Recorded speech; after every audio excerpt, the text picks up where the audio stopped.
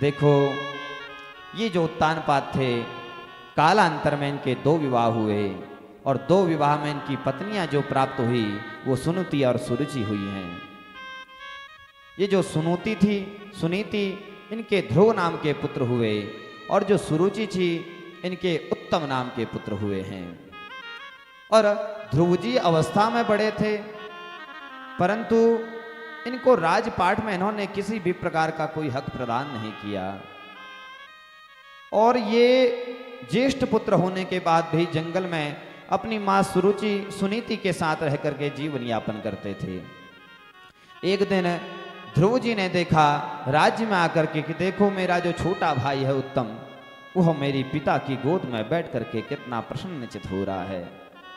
इस विचार को मन में रख करके ध्रुव जी के भी मन में आया कि मुझे भी अपने पिता की गोद में बैठना चाहिए। जैसे ही जाने के लिए आरूढ़ हुए हैं उतने ही देर में इनकी सौतेली माँ जो सुरुचि जी वह आ गई और उन्होंने आज इनको ऐसे कटु वचन दिए हैं। भैया अगर आपको कटु वचनों से वैराग्य हो, उससे आपको कुछ सीख मिलती हो, तो ये समझिए कि आपके जीवन के लिए सबसे लाभप्रद वाक्य हैं, सबसे लाभप्रद शब्द हैं।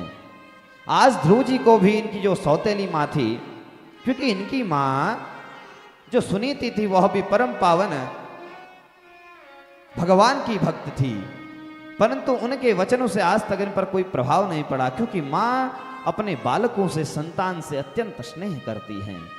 परंतु आज जब इन्होंने पिता की गोद में आरूढ़ होने के लिए जैसे ही सीढ़ियां चलना चाहा, उस माँ ने इन्हें धक्का दे करके कहा कि अरे यदि तू अपने पिता की गोद में बैठना चाहता है, पहले तो तू इसका अधिकारी नहीं है, क्योंकि ये जो राजा था उत्तानपाद,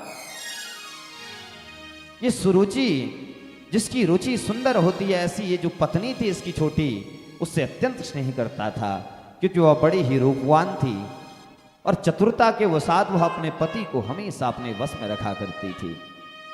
और जब पत्नी प्रिय थी तो पुत्र भी उसको स्वतः ही प्रिय हुआ।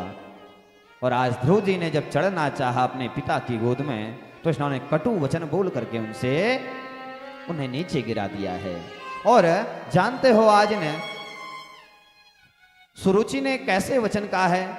आज यह कहती है कि अरे जब तुझे अपने पिता की गोद में बैठना है, तो आज ये अपनी ऐसी महानता को बतलाती है, कहती है कि सबसे पहले तू तपस्या कर, और तपस्या कर करके तो भगवान को न प्राप्त कर करके भगवान यदि तुझसे प्रसन्न हो जाएं, तो भगवान से जानता है तू क्या कहेगा। भगवान से निवेदन करना कि हे भगवान, मैं राजा का पुत्र हूं, परंतु अपने पिता की गोद में बैठने का अधिकारी नहीं हूं, क्योंकि मेरी माँ मुझे बैठने नहीं देती है। इसलिए भगवान जब तुझसे प्रसन्न हो जाएं, तो भगवान से कहना कि मुझे अगले जन्म में सुरुचि की गोद से, कोख से ही उत्पन्न करना। इस प्रकार के वचन आज बोले हैं। ध्रुव जी को अत्यंत कष्ट हुआ, क्योंकि भैया अभी 5 वर्ष की अवस्था है। इन सबको जान करके जो इनके राज सेवक इनके साथ आए हुए थे, उनको लेकर के यह अपनी माता के पास जंगल में गए हैं। जंगल में जाकर के आज माँ ने जब इनसे पूछा कि हे पुत्र, तुम्हें क्या कष्ट है, तुम इस प्रकार से रुदन कर रहे हो, क्या बात है, तुम तो अपने पिता के यहाँ गए थे ना, परंतु ऐसा कौन सा कष्ट हुआ, क्या किसी ने तुमसे कुछ कहा, किसी प्रकार से कठिन वचन कहे हो तो मुझे बताओ। परंतु ध्रुव, इनका चरित्र बचपन से ही बड़ा दिव्य है। ये कहते हैं कि माँ बड़े सिसक सिसक कर रुदन कर रहे हैं, जैसे एक बालक रुदन करता है, रुदन करते हुए उसके मुख से कोई वाणी नहीं निकलती है, केवल और केवल रुदन करता है। इसी प्रकार से ध्रुव जी आज रुदन करते हुए कुछ वचन नहीं बोल पाए। माता ने भिन्न भिन्न प्रकार से पूछा है, परंतु बोलने में असमर्थ हैं, क्योंकि कष्ट इनको आज ऐसा हुआ अपनी उस सौतेली माँ का। तो सेवकों ने वहां जाकर के इनको सारा वृत्तांत बताया है कि राजमाता हेमा, ये जब राज दरबार में गए तो पिता की गोद में बैठने की इनकी इच्छा हुई, परंतु जो आपकी छोटी रानी हैं उन्होंने इनको अत्यंत कटु वचन बोल करके इनके हृदय में बड़ा ही आघात किया है। इस विषय को जान करके आज इनकी जो माँ है वह कहती है सत्य ही तो कहा है, क्यों रुदन करता है। अरे तेरी माँ ने कहा है ना तू तपस्या कर करके मेरी कोख से उत्पन्न होने के लिए वर मांगना। पुत्र जा करके तुम तपस्या करो, परंतु तपस्या कर करके भगवान से किसी प्रकार से ये मत कह देना कि मुझे जा करके अपनी सौतेली माँ के कोख से उत्पन्न कर करके राज्य भोग के लिए निमित्त बनाओ। तपस्या करो पुत्र, परंतु जा करके भगवान की गोद की प्राप्ति के लिए करना। इसलिए तपस्या मत करना कि सुरुचि के गर्भ से होकर के मुझे राजगद्दी प्राप्त हो। माँ के वचनों का बड़ा प्रभाव पड़ा है। जाने के लिए जैसे ही इन्होंने जाना चाहा है, भैया भगवान कहते हैं कि सद्यो हृदय वरुध्यते कृत भी शुश्रूषुभित तत्क्षणात्, कि जब इस संसार के कोई भी नर कितना बड़ा पापी हो, सांकेत्यम पारिहास्यम वास्तवम हेलनमेव वा, यदि तू मेरी ओर आने का निश्चित कर लेगा, तू मेरी ओर आना चाहेगा, और एक कदम यदि तू आया ना तो मैं तेरी ओर दौड़ करके आऊंगा। इसी विषय में एक कथा स्मरण में हो आई। एक समय की बात है, यमराज का कार्य क्या है भली भांति आप लोग इससे परिचित हैं। यमराज हमारे पापों का जो कर्म होता है उसको भली भांति हमें प्रदान करता है। आज की कथा में आप श्रवण करेंगे कि इस भागवत कथा के 5वें स्कंद में परीक्षित जी ने यह प्रश्न किया कि हे भगवान, ये संसार के मनुष्य ऐसे ऐसे कृत्य करते हैं, इन्हें कौन कौन से नरक प्राप्त होते हैं। तो सुखदेव भगवान ने 28 प्रकार के नरकों का विधि विधान से वर्णन किया है, और उन नरकों का राजा कौन? यमराज। वो हमें विधि विधान से, कोई उसके दंड से बच नहीं सकता है। इस प्रकार से वह यमराज न्याय करता है। वही धर्मात्मा लोगों के लिए धर्मराज रूप में होता है, पापात्मा लोगों के लिए यमराज रूप में होता है। दो रूप में विभक्त होकर के वह संसार के लिए सबसे बड़ा न्यायाधिकारी है। उसके सामने किसी देश का कोई सुप्रीम कोर्ट कार्य नहीं करता, क्योंकि सुप्रीम कोर्ट में तो गवाहों को ध्यान में रख करके न्याय किया जाता है, परंतु यमराज के दूत करोड़ों करोड़ों जो यमराज के दूत हैं वह हमारे अगल बगल घूम करके हमारे लिए सब कुछ जानते हैं, मैं कौन सा कृत्य कर रहा हूं। इसलिए कहते हैं कि भगवान सर्वस्व देखने में समर्थ है। तो एक समय की बात है, यमराज यमपुरी में बैठ करके एक मृत्युलोक की ओर दर्शन कर रहे थे कि एक कोई बनिया था, बनिया अर्थात वैश्य, जिसका धन का व्यापार होता है। तो उन्होंने आज क्या देखा कि यह जो बनिया था, इसके गांव में श्रीमद् भागवत कथा का आयोजन हो रहा था। तो इस बनिया ने विचार किया कि देखो आज बाजार भी बंद है और मुझे किसी प्रकार से भगवान की कथा सुनने के लिए जाना चाहिए। इस प्रकार से इसने मन में विचार किया और जाने को जैसे ही आतुर हुआ, फिर मन में विचार आया कि क्यों ना आज दुकान आदि खोल दूं, तो सारी दुकानें तो बंद हैं, मेरी दुकान चलेगी। इस प्रकार से लौट करके फिर चला आया। इस प्रकार से विचार विमर्श कर रहा है, चला जाऊं वापस आ जाऊं, चला जाऊं वापस आ जाऊं, इसी प्रकार से विचार कर रहा था। इतने ही देर में भगवान नारद वहां पर आ गए हैं। आ करके इन्होंने कहा कि अरे यमराज, तुम ये क्या कर रहे हो? वो जो मनुष्य था उसके खाते में यमराज जब वह भगवान की ओर जाने के लिए अग्रसर होता तो उसके नाम को यमराज काट देते। जब अग्रसर होता तो उसके आगे भगवान यमराज जो थे उसके नाम को काट देते। जब वह लौटने को अग्रसर होता तो फिर सही का चिन्ह उसके आगे लगा देते थे। इस चीज को जान करके भगवान नारद कहते हैं कि अरे यमराज, तुम ऐसा क्यों कर रहे हो, क्या कारण है? इस चीज को जान करके यमराज कहते हैं कि अरे नारद, हे ऋषिवर, मैं बड़ा चिंतित हूं। देखो, ये भगवान की ओर जाने के लिए अग्रसर होता है तो भगवान कहते हैं कि जो मेरी ओर आता है उसको मैं सब कुछ भुला करके उसको मैं ग्रहण कर लेता हूं, परंतु ये लौट करके आ रहा तो मैं बड़ा विस्मृत हो गया हूं, मैं शंकाशील हो गया हूं कि मुझे करना क्या चाहिए। इस प्रकार से जब इन्होंने कहा तो कहते हैं इस चीज के विषय को जानने के लिए हमको भगवान नारायण के पास जाना चाहिए। भगवान नारायण आज यमराज को संबोधित करते हुए कहते हैं कि अरे यमराज सुनो, कोई व्यक्ति मेरा नाम यदि सांकेत्यम संकेत में न लेना चाहे। संकेत में कैसे? जैसे आपके किसी संतान का नाम नारायण होगा, किसी का नाम महेश होगा, तो आप ले तो अपने संतान का नाम रहे हैं, परंतु संतान का नाम कब से हुआ? जब से वह उत्पन्न हुआ है। परंतु भगवान नारायण कहते हैं कि मैं उससे पूर्व नारायण हूं, मैं उससे पूर्व महेश हूं। इसलिए संकेत में भी यदि आप किसी का नाम लेते हैं तो भगवान कहते हैं वह मेरा ही नाम ले रहा है। इसलिए ऐसे व्यक्ति के निकट जाने का भी तुम प्रयास मत करना। तो आज वही ध्रुव जी जब जाने के लिए अग्रसर हुए हैं तो नारद जी कृपा कर करके पधारे हैं, कीर्तन करते हुए आए हैं।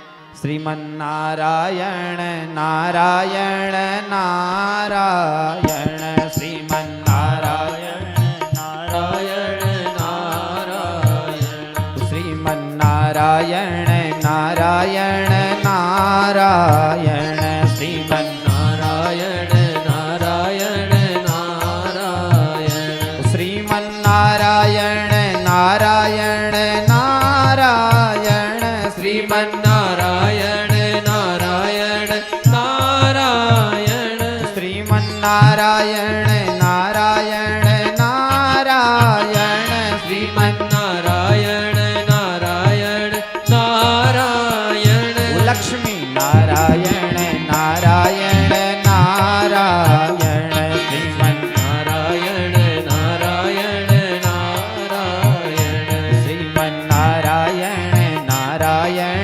नारायण, श्रीमन्नारायण नारायण नारायण, पूरा नारायण नारायण नारायण, राम नारायण नारायण नारायण, सीता नारायण नारायण नारायण, सीता नारायण नारायण नारायण, श्रीमन्नारायण नारायण नारायण, श्रीमन्नारायण नारायण नारायण, श्रीमन्नारायण नारायण नारायण। इस प्रकार से मधुर संकीर्तन करते हुए नारद जी आए हैं। नारद जी भैया भगवान की लीला के सर्वोत्तम पात्र हैं। जब भगवान भी किसी चीज को लेकर के शंकाशील होते हैं, नारद जी को ध्यान कर करके, ये नारद जो है इनकी लीला के सर्वोत्कृष्ट पात्र हैं। इस प्रकार से नारद जी आए हैं। अब नारद जी ने सबसे पहले क्या किया? ध्रुव जी की प्रार्थना, ध्रुव जी की इन्होंने परीक्षा लेना चाहा। एक श्लोक के माध्यम से यह ध्रुव जी से कहते हैं, क्या कहते हैं? नाधुनाप्यवमानं ते सम्मानं वापि पुत्रक, लक्षयामः कुमारस्य सक्तस्य क्रीडनादिषु। अरे पुत्र, तुम किस ओर जा रहे हो? तुम अकेले इस निर्जन वन में क्यों भटक रहे हो? अभी तो तुम्हारी बहुत छोटी अवस्था है। भैया ध्रुव जी मात्र 5 वर्ष के हैं और 5 वर्ष में ही आज इन्होंने यह मन में दृढ़ निश्चय कर लिया कि मैं भगवान की प्राप्ति करूंगा।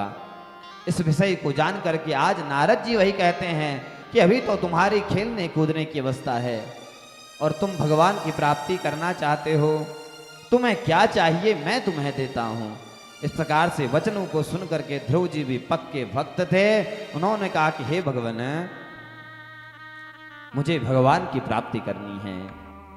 यदि आपसे हो सके तो उसका मार्ग आप मुझे बताइए, उसका मार्ग आप मुझे प्रदान करिए, परंतु मुझे ये झूठे झूठे प्रलोभन दे करके भटकाइए मत। ऐसा ही देखिए ध्रुव जी जैसा चरित्र है, इसी से मिलता जुलता चरित्र कठोपनिषद में भी वर्णन है। नचिकेता यम का संवाद चल रहा है। आज नचिकेता के अंदर जब यह दृढ़ संकल्प है कि मैं केवल और केवल यमराज से ब्रह्म की विद्या को जानूंगा, कि ब्रह्म विद्या क्या होती है, इस चीज को जानने का ही जब उन्होंने संकल्प किया तो आज यमराज के समक्ष नचिकेता हैं। नचिकेता के सामने देखो, किसी विद्या को प्राप्त करने के लिए, किसी साधन को प्राप्त करने के लिए वह आपको बहुत सरलता से प्राप्त नहीं हो सकता, उसके लिए तपस्या की आवश्यकता पड़ती है। नचिकेता के सामने भी यमराज ने बहुत प्रलोभन रखे कि बालक, तुम अभी छोटे हो, मैं तुम्हें अनंत वर्ष की आयु प्रदान करता हूं। नचिकेता कहता है कि मुझे यह नहीं चाहिए।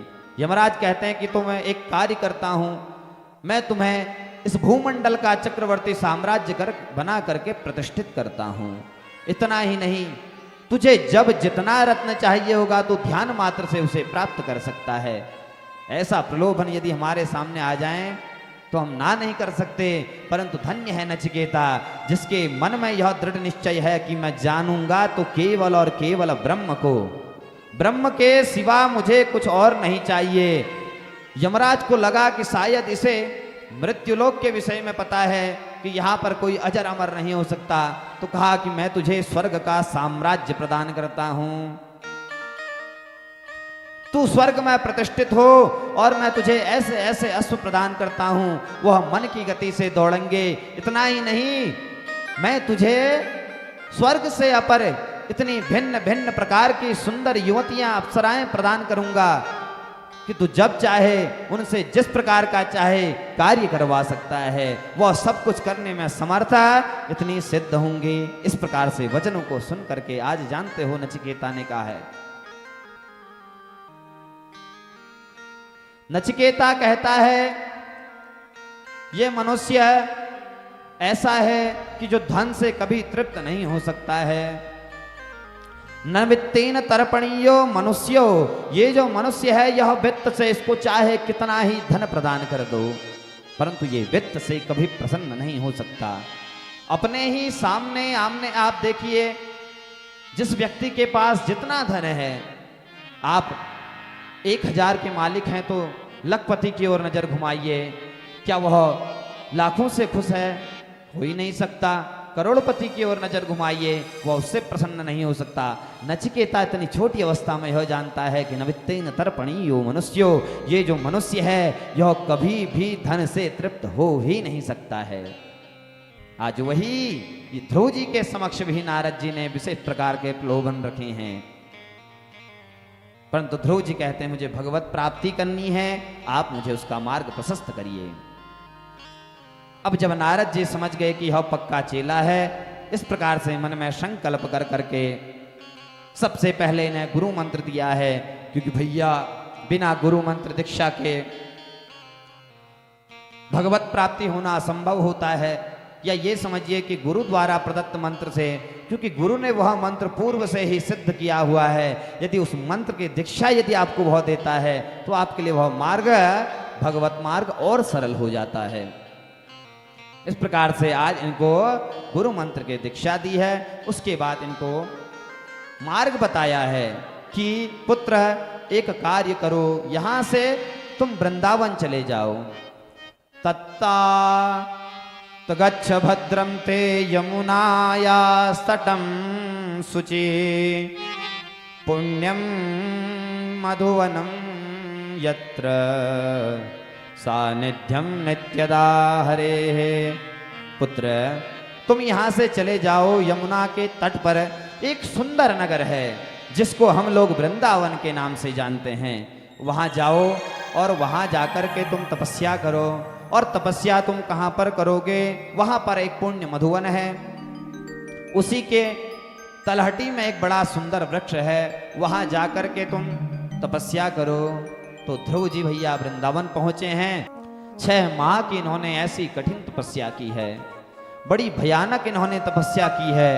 भयानक इसलिए क्योंकि 6 महीने की परंतु वह 6 महीने की जो तपस्या की वह इन्होंने 5 वर्ष के जब यह अवस्था थी उस समय में गए हैं, और उसमें भी इन्होंने ऐसी कठिन तपस्या की है। त्रिरात्रांते कपित्थ बदरासनः आत्मवृत्त्यनुसारेण मांसं निन्येर्चयन् हरिम्। जा करके इन्होंने 1-1 महीने में सभी प्रकार के सभी चीजों को त्याग दिया है। पहले कहते हैं कि 3-3 दिनों में यह एक कैथा बेर का फल पा लेते थे। उसके बाद दूसरे महीने में यह 6-6 दिनों में सूखे पत्तों का भोजन करते थे। पहले इन्होंने महीने में कैथे का फल खाया है, दूसरे महीने में 6-6 दिनों में यह सूखे पत्ते का भोजन करते हैं, और तीसरे महीने में 2-2 दिन के अंतराल में यह जल को पीते थे, और उसके बाद चौथे महीने में 12-12 दिनों में केवल श्वास लेते थे। इस प्रकार से इन्होंने 6 महीने की बड़ी कठिन तपस्या की है। जब इन्होंने श्वास को जीत लिया तो देवता इनकी शरण में आए हैं, भगवान नारायण के। चूंकि इन्होंने समस्त संसार की श्वासों को जीत लिया था, इस चीज को देख करके देवता बड़े शंकाशील होकर के आए हैं, और ये इनसे निवेदन करते हैं कि हे भगवान, संसार के सभी जीवों की सांसें रुक गई हैं, तो इसलिए आप ऐसा कोई प्रयत्न कीजिए कि जिससे पहले तो इसका कारण पता करिए। तो भगवान सांत्वना देते हुए कहते हैं कि देखो, ये कोई और नहीं, मेरा भक्त ध्रुव है, और मुझे उसके दर्शन देने नहीं जाना, अभी तो मुझे तो उसका दर्शन करने के लिए जाना है। क्योंकि भगवान कहते हैं कि मैं भक्त को दर्शन देने नहीं, अभी तो भक्त का दर्शन करने जाता हूं। इस भाव से भगवान आज गए हैं। भगवान की दिव्य झांकी है। नील सरोरुह नीलमणि नील नीर घन श्याम, लाज ही तन शोभा निरखी कोटि कोटि शतकाम। भगवान का नीला स्वरूप है। इस चीज को देख करके, क्योंकि ध्रुव जी ऐसे एकाग्र चित्त होकर के भजन कर रहे थे कि इनको भगवान का दिव्य स्वरूप अपने वक्षस्थल में, जो इनका अंतःकरण में रूप था, इसको ध्यान कर करके यह भगवान को ध्यान कर रहे थे। परंतु भगवान के समक्ष हैं तो आंखें नहीं खोल रहे। भगवान ने बहुत पुकारा कि पुत्र देखो, जिस रूप का तुम अंतःकरण में दर्शन कर रहे हो, उसी रूप में बाहर विद्यमान हूं। परंतु ध्रुव जी के मन में यह आया कि यदि मैंने आंखें खोल दी तो जिस तत्व का, जिस भगवत तत्व का मुझे अभी दर्शन हो रहा है, मैं इससे वंचित हो जाऊंगा। इस प्रकार का मन में इन्होंने निश्चय किया। आंखें खोलने को नहीं हुए। भगवान ने उस जो अंतःकरण में जो इनकी मूर्ति, जो इनका रूप का दर्शन हो रहा था, उसे भगवान ने ओझल कर दिया। ध्रुव जी छटपटाए, मानो किसी प्यासे को जल नहीं मिलता है, मूर्छित अवस्था में है। ऐसे ध्रुव जी की स्थिति हुई है। छटपटा करके देखा है, उस भगवत तत्व का दर्शन कर करके बड़े ही प्रसन्नचित हुए हैं।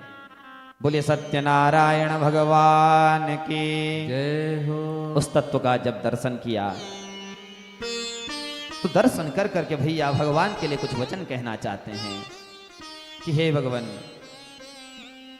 मैं आपके स्वरूप के विषय में आपसे कुछ कहना चाहता हूं, परंतु 5 वर्ष की अवस्था है भैया, ना आज तक किसी विद्यालय गए, न गुरुकुल में जाकर के अध्ययन किया, तो अक्षराबोध इनके बुद्धि में नहीं है।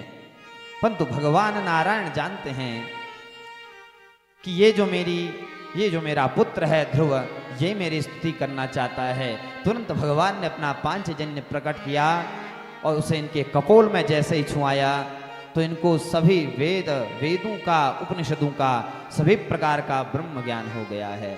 उस ज्ञान से प्रफुल्लित होकर के आज इन्होंने ऐसी दिव्य स्तुति की है कि उस स्तुति का हमको दर्शन श्रवण करना चाहिए। योऽन्तः प्रविश्य मम वाचमिमां प्रसूक्तां, योऽन्तः प्रविश्य मम वाचमिमां प्रसूक्तां, योऽन्तः प्रविश्य मम वाचमिमां प्रसूक्तां, योऽन्तः प्रविश्य मम वाचमिमां प्रसूक्तां, संजीवयत्यखिल शक्तिधरा स्वधाम्ना, संजीवयत्यखिल शक्तिधरा स्वधाम्ना, अन्याश्च हस्तचरणश्रवणत्वगादीन्, अन्याश्च हस्तचरणश्रवणत्वगादीन्, प्राणान्नमो भगवते पुरुषाय तुभ्यं, प्राणान्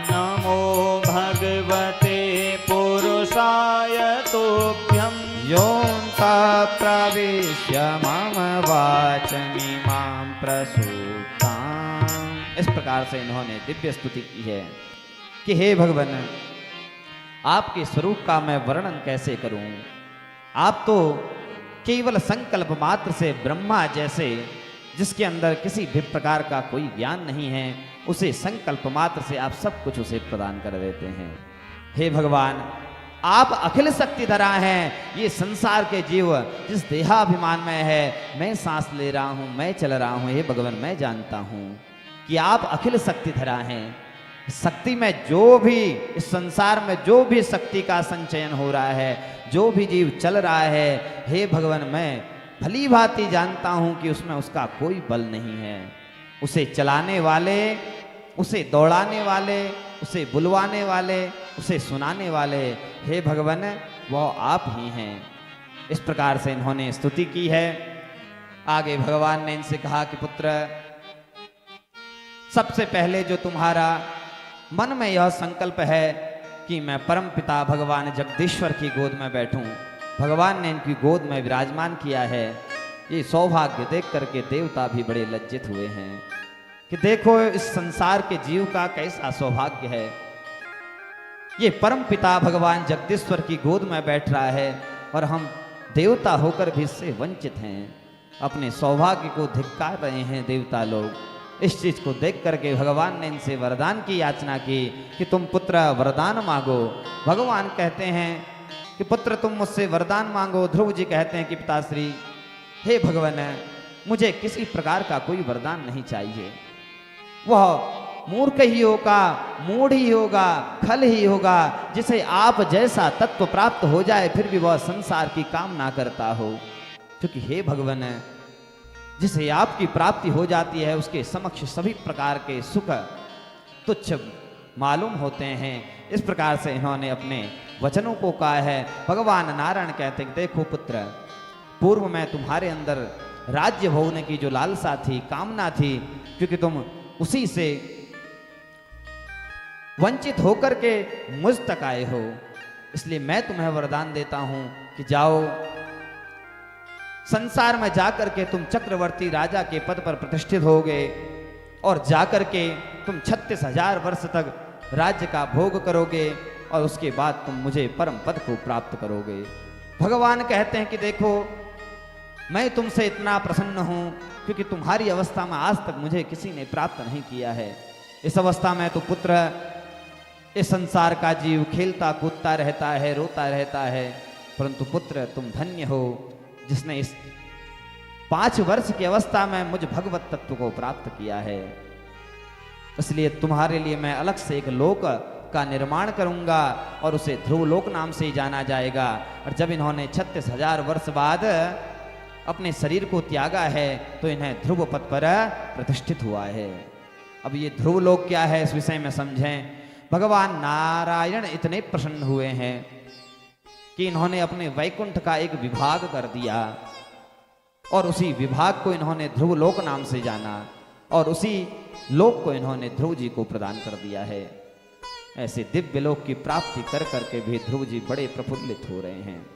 अब जब ये वरदान को सुन करके, प्राप्त कर करके जब अपने राज्य की ओर लौटे हैं तो भैया, जो आज तक अपनी माँ के प्रेम से वंचित था, जो अपने पिता की गोद में बैठने से वंचित था, भगवत तत्व की प्राप्ति होने के बाद आज इसके स्वागत के लिए सभी लोग आए हैं। जैसे ही उत्तानपाद को पता चला कि मेरे पुत्र ने तपस्या आदि कर करके भगवान को प्राप्त कर लिया है, आ करके इनके स्वागत के लिए आए हैं। सभी प्रसन्नचित हैं क्योंकि भगवान तुलसीदास जी श्री रामचरितमानस में लिखते हैं, उसका श्रवण करते हैं।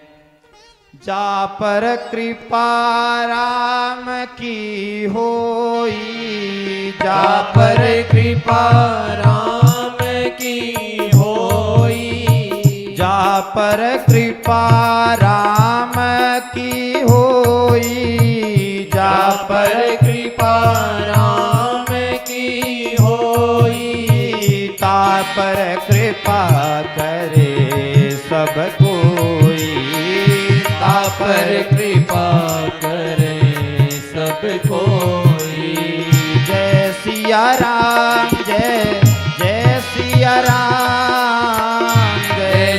सिया राम जय जय सिया राम जय सिया राम जय जय सिया राम जय सिया राम जय जय सिया राम जय सिया राम जय जय सिया राम जय सिया राम जय जय सिया राम जय सिया राम जय जय सिया राम।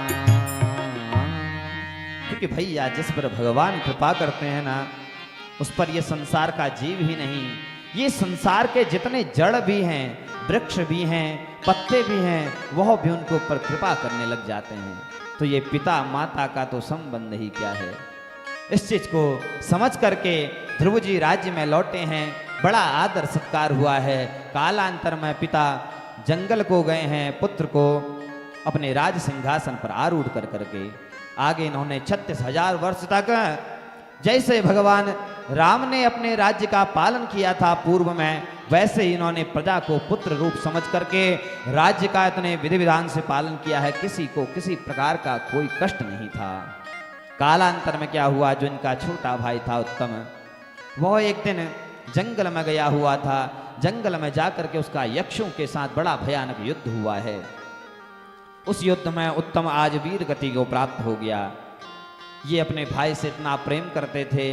जब यह जाना कि यक्षों ने मेरे भाई के साथ कुछ ऐसा अपराध कर दिया है, तो तुरंत सेना को तैयार कर करके गया है और बड़ा भयानक युद्ध यक्षों के साथ हुआ है। सभी यक्षों को इन्होंने समाप्त कर दिया। समाप्त करने के बाद कुबेर, जो यक्षों का अधिपति है, वह मनु जी के पास गया है।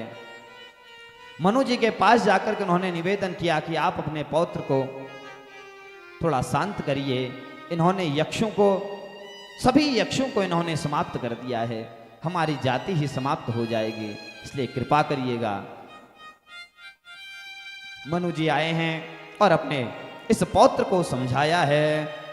अलम वत्सातिरोषेण तमोद्वारेण पापमना येन पुण्यजना नेता नवधीस्त्व मनागसः। कि हे पुत्र अलम अलम वत्सातिरोषेण, हे पुत्र अपने रोष को बस करो।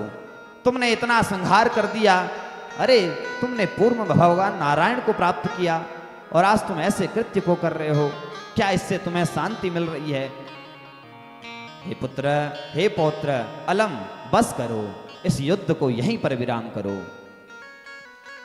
दादा की बात, मनु की बात को मान करके इन्होंने युद्ध को रोक दिया है। कुबेर बड़े प्रसन्न हुए हैं, क्योंकि भैया क्रोध जो होता है हमारे सभी पुण्यों का नाश करने वाला होता है।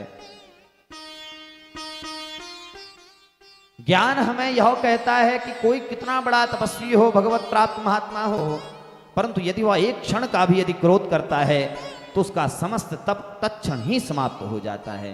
क्योंकि भगवान श्री कृष्ण गीता में जब अर्जुन को उपदेश देते हुए बताते हैं कि देखो पुत्र, हे पार्थ, यह क्रोध किस प्रकार से हमको नष्ट कर देता है। क्रोधात् भवति सम्मोह, सम्मोहात् स्मृति विभ्रमा, स्मृति भ्रंशात् बुद्धिनाशो, बुद्धिनाशात् प्रणश्यति। देखो पुत्र, इस क्रोध से मोह होता है और मोह से जानते हो स्मृति का विभ्रम हो जाता है। क्योंकि जिसे मोह होता है वह किसी प्रकार का, एक प्रकार से समझो तो धृतराष्ट्र भी बुरा नहीं था। अरे उसने किया ही क्या, अपने पुत्रों की तरफदारी तो की, सभी करते हैं संसार के जी। लेकिन वही आज भगवान श्री कृष्ण कहते हैं, क्रोधात् भवति सम्मोह, सम्मोहा स्मृति विभ्रमा। ये जो मोह है यह स्मृति का नाश कर देता है। स्मृति कैसी स्मृति का, जो अच्छाई और बुराई को देखना ही बंद कर देती हैं। इसमें बस अपनों का ही सुख हमें दिखाई देता है। इस प्रकार से आज मनु ने ध्रुव जी को समझाया है। ध्रुव जी सब कुछ समझ करके राज्य लौटे हैं। कुबेर जी ने भी इनको वर प्रदान किया है। और आगे भैया जब ये इनके जाने का समय हुआ तो ये इनके लिए दिव्य विमान आया है। भगवान नारायण के दूत इनके लिए आए हैं। दूत आए हैं तो इनको ले गए हैं और ये ध्रुव पद पर प्रतिष्ठित हुए हैं।